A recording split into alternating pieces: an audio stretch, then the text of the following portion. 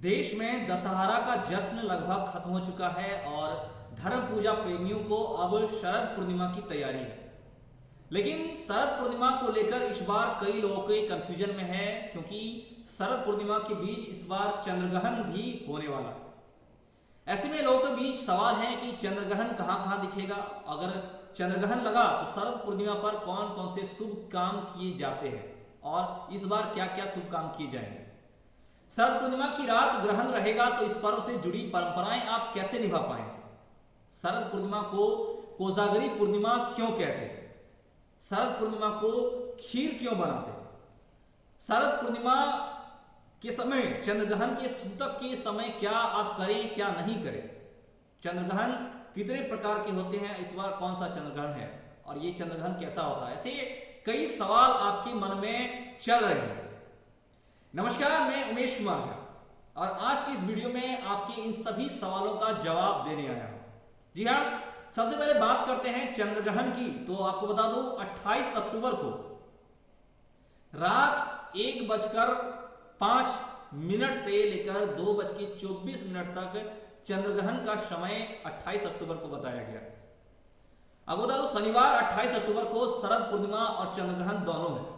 इस पूर्णिमा की रात चंद्र की रोशनी में खीर बनाने और खाने की परंपरा भी है। इस बार रात में चंद्रग्रहण रहेगा और इसका सूतक दोपहर से ही शुरू हो जाएगा। इस वजह से शरद पूर्णिमा की रात खीर कब बनाई जाए, इसको लेकर देश भर में कंफ्यूजन है और इस कंफ्यूजन को दूर करने के लिए मैं आपको जो ज्योतिषों में बताया गया है, जो धर्म जानकारों ने बताया है, वो जानकारी मैं आपको इस वीडियो में बताने वाला हूं। आपको बता दूं शुक्रवार यानी 27 अक्टूबर को रात से ही शरद पूर्णिमा उत्सव मनाया जाएगा। ये उत्सव बद्रीनाथ और उज्जैन सहित कई देशों में, कई शहरों में आज यानी कि शुक्रवार को 27 अक्टूबर को ही शरद पूर्णिमा का उत्सव मनाया जाएगा। वहीं वृंदावन के इस्कॉन मंदिर में रविवार 29 अक्टूबर की रात शरद पूर्णिमा की खीर बनाई जाएगी। लेकिन बांके बिहारी मंदिर में इस साल शरदोत्सव नहीं होगा, यानी कि देश के कई हिस्से में कई जगह शरद पूर्णिमा का उत्सव मनाया जा रहा है। कहीं पे 28 अक्टूबर को ही मनाया जा रहा है, कहीं 27 को, कहीं 29 को ही मनाया जा रहा है। इसका कारण है अलग अलग जगह पर तिथि, नक्षत्र और चंद्रग्रहण दिखने से। timeanddate.com के मुताबिक 28 अक्टूबर की रात 1:05 से आंशिक चंद्रग्रहण की शुरुआत होगी और रात 1:44 यानी कि पौने 2 बजे लगभग ग्रहण का मध्य रहेगा और 2:24 ग्रहण खत्म हो जाएगा। ग्रहण का समय करीब 1 घंटा 19 मिनट रहेगा और आपको बता दूं 2023 के बाद अगला चंद्रग्रहण 2024 में 17 से 18 सितंबर की रात होगा, यानी कि ये चंद्रग्रहण इस साल का आखिरी चंद्रग्रहण है जो कि भारत में दिखेगा। मैं भारत में दिखने वाले चंद्रग्रहण की बात बता रहा हूं। यह चंद्रग्रहण 28 अक्टूबर की रात पूरे भारत में एक साथ चंद्रग्रहण देखा जा सकेगा। भारत के साथ ही पूरे एशिया में, Europe, Australia, Africa, north America, Pacific, Hind महासागर में ये दिखाई देगा। ऐसे में शरद पूर्णिमा पर आपको बता दूं कि शरद पूर्णिमा के अवसर पर क्या क्या शुभ काम खास किए जाते हैं। शरद पूर्णिमा से जुड़ी कई परंपराएं हैं। जैसे इस पर्व की रात श्री कृष्ण की विशेष पूजा होती है, खीर बनाई जाती है और देवी लक्ष्मी का अभिषेक किया जाता है। विष्णु जी के ग्रंथ का पाठ और मंत्रोच्चार किया जाता है, मंत्र किया जाता है, मंत्र पाठ किया जाता है और भगवान सत्यनारायण की कथा भी की जाती है। इस दिन पवित्र नदियों में स्नान करने और तीर्थ दर्शन करने की भी परंपरा है। लेकिन इस बार शरद पूर्णिमा में चंद्रग्रहण भी लग रहा है। ऐसे में चंद्रग्रहण में कई शुभ कार्य नहीं करने की भी परंपरा है। तो ऐसे में सवाल ये बनता है कि आप क्या करें क्या ना करें और कैसे इस प्रकार शरद पूर्णिमा से जुड़ी परंपराओं को आप कैसे निभाएं। आपको बता दो शरद पूर्णिमा में इस बार चंद्रग्रहण से आप पूजा पाठ, मंदिर दर्शन, विवाह, गृह प्रवेश, मुंडन, व्यापार प्रारंभ करने से शुभ काम आप नहीं कर सकते। ऐसे में आप मंत्रों का जाप कर सकते हैं, दान पुण्य कर सकते हैं और ध्यान कर सकते हैं। अब बता दो उत्तराखंड के 4 धाम में से एक बद्रीनाथ धाम के पूर्व धर्माधिकारी भुवन चंद्र कहते हैं कि शरद पूर्णिमा पर ग्रहण होने से इसका सूतक दोपहर 4-5 बजे से ही शुरू हो जाएगा और शास्त्रों में सूतक के समय पूजा पाठ करना, मंदिर में दर्शन करना, खाना बनाना और खाना खाना भी मना किया गया था। इस वजह से शरद पूर्णिमा से जुड़े कई शुभ काम 28 की दोपहर के बाद करना संभव नहीं है। इसलिए शरद पूर्णिमा से जुड़ी परंपराएं एक रात पहले यानी आश्विन शुक्ल चतुर्दशी 27 अक्टूबर की रात आप निभा सकते हैं। वहीं बद्रीनाथ धाम में भी शरद पूर्णिमा से जुड़ी पूजा पाठ 27 अक्टूबर को ही यानी कि 27 तारीख को ही की जाएगी। वहीं उज्जैन के ज्योतिषी और पंचांगकर्ता वहां की कहते हैं कि पूर्णिमा पर ग्रहण होने से रात में इस पर्व से जुड़ी पूजा पाठ वहां भी नहीं हो सकेगी, ना ही खीर बनाई जा सकेगी। और ये सारे कार्य 27 अक्टूबर को ही चतुर्दशी तिथि पर चंद्रमा की पूर्णिमा से सिर्फ 1 कला कम रहेगी और इसीलिए इस दिन पूर्णिमा से एक रात पहले ये सारी विधिवत परंपरा खीर बनाई जाएगी और भगवान को भोग लगाया जाएगा।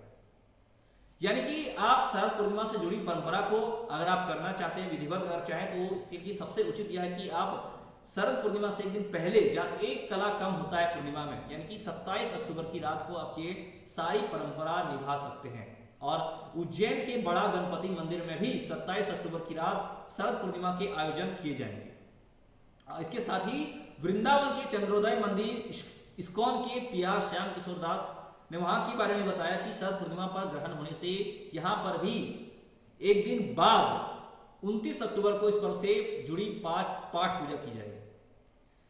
यानी कि साफ है कि देश भर में चंद्रग्रहण करने की वजह से पूर्णिमा से शरद पूर्णिमा से जुड़ी परंपरा अधिकतर भागों में धार्मिक स्थलों में एक दिन पहले यानी 27 अक्टूबर की रात की जाएगी और कुछ जगहों में जैसे कि वृंदावन के चंद्रोदय मंदिर में इस्कॉन में ये एक दिन बाद 29 अक्टूबर को इस पर्व से जुड़ी पूजा पाठ और परंपराएं निभाई जाएंगी। आपको बता दो शरद पूर्णिमा को कोजागरी पूर्णिमा भी कहते हैं। दरअसल इस पर्व से जुड़ी कई मान्यता है। शरद पूर्णिमा को महारास की रात भी कहते हैं। माना जाता है कि द्वापर युग में श्री कृष्ण ने इस रात में गोपियों के साथ महारास किया था और ऐसा भी माना जाता है कि इस पूर्णिमा की रात देवी लक्ष्मी पृथ्वी घूमने आती है और भक्तों से पूछती हैं कि को जागृति यानी कौन जाग रहा है। संस्कृत में पूछती है को जागृति, इसका मतलब कहा जाता है कि कौन जाग रहा है और इस मान्यता की वजह से इस तिथि को कोजागरी पूर्णिमा भी कहते हैं। अब शरद पूर्णिमा में खीर बनाने की परंपरा के पीछे भी एक कहानी है, एक परंपरा है, एक मान्यता है। शरद पूर्णिमा का जिक्र धर्म ग्रंथों के साथ ही आयुर्वेद में भी है। इस रात में चंद्र की रोशनी खीर बनाने की परंपरा है। रात में खीर बनाई जाती है और भगवान का भोग लगाया जाता है और फिर इस खीर का सेवन किया जाता है और माना जाता है कि ऐसा करने से धर्म लाभ के साथ ही स्वास्थ्य लाभ भी मिलता है, यानी कि स्वास्थ्य में भी लाभदायक साबित होता है।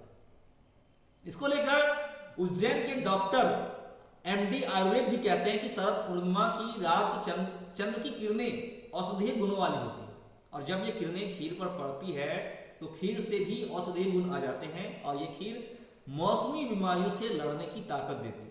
आमतौर पर देखा जाता है कि जब मौसम बदलते हैं लोगों को मौसमी बीमारी होते हैं, कुछ बीमारी प्रभाव पड़ता है। खीर में दूध, चावल, शक्कर, ड्राई फ्रूट्स डाले जाते हैं और ये सभी चीजें हमारे सेहत के लिए भी लाभदायक हैं। ऐसे में ये खीर महाप्रसाद के रूप में लाभदायक भी होता है, एक औषधि के रूप में काम करता है। शरद पूर्णिमा से जुड़ी कई मान्यताओं में से जो मुख्य मान्यता है वो है कि इस पूर्णिमा की रात को महालक्ष्मी पृथ्वी का भ्रमण करती है। इस दिन श्री कृष्ण ने इसी रात को महारास किया था गोपियों के साथ और इस पूर्णिमा की रात खीर खाने की भी परंपरा है।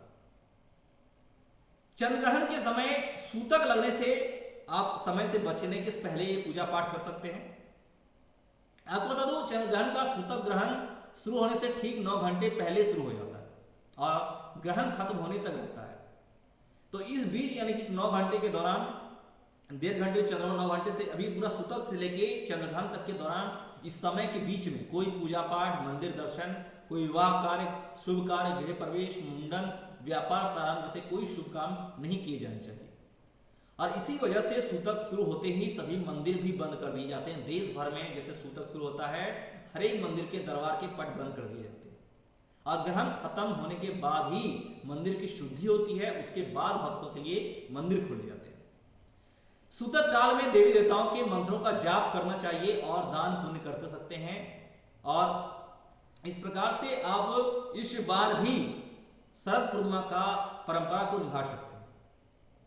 जाते जाते आपको बता तो चंद्र ग्रहण 3 प्रकार के होते हैं, एक पूर्ण, एक आंशिक और एक मांद्य।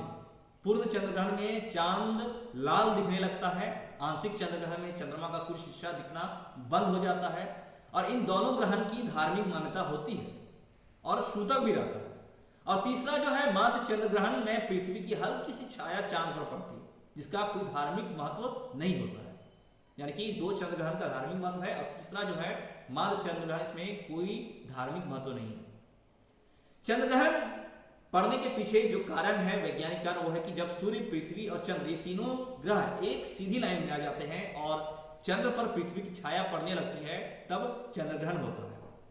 यही इस संबंध में धार्मिक मान्यता यह है कि समय समय पर राहु, सूर्य और चंद्रमा को ग्रसता है और इस वजह से ग्रहण होता है। दोनों ही मान्यताएं देश में, समाज में है। धार्मिक रूप से मान्यताएं, लोग धार्मिक मान्यता को मानते हैं, कुछ वैज्ञानिक मान्यता से भी ये अशुभ माना जाता है। तो चंद्रग्रहण के इस दौरान आप धार्मिक कार्यों से, शुभ कार्यों से बचें, और चंद्रग्रहण के ठीक पहले से आप ये शरद पूर्णिमा के कार्यों को अंजाम दे सकते हैं, पूजा पाठ कर सकते हैं, या उनके बात करके आप विधिवत पूजा पाठ कर सकते हैं। आज की इस वीडियो में फिलहाल इतना ही। हम आगे आपसे फिर मिलेंगे कुछ नई और अच्छी जानकारी के साथ। हमारे साथ अंत तक बढ़ने के लिए धन्यवाद। जय हिंद, जय भारत।